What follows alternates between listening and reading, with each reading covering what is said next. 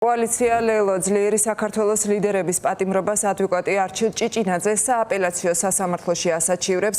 ოპოზიციის ლიდერები საქალაქო სასამართლომ ერთწლიან პატიმრობაში გაუშვა მიზეზი, როგორც ცნობილია და როგორც სხვა პოლიტიკოსების საქმეზე თია წულუკიანის ეგრეთ წოდებულ საგამოძიებო კომისიასთან თანამშრომლობაზე უარი გახდა. სარჩელი სააპელაციო სასამართლოში ადვოკატმა ცოტა ხნის წინ უკვე შეიტანა.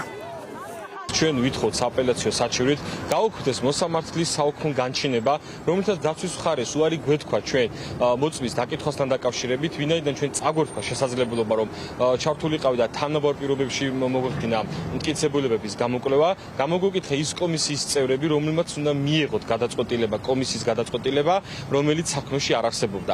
ასევე სააპელაციო საჩივრით ვითხოვთ, რომ უდანაშაულოდ იქნა ცნობილი მამუკა ხაზარაძე და ბადრ ჯაფარიძე. რა თქმა უნდა, მოლოდინის სამართლებრივი თვალსაზრისით ჩვენ ნაკლები გვაქვს, ვინაიდან აღნიშნული საქმე გვაქვს პოლიტიკურ დევნასთან. ჩვენ დაველოდებით ყველა სასამართლოს მიერ მიღებულ გადაწყვეტილებას, რათა ჩვენ მივმართოთ სტრასბურგს.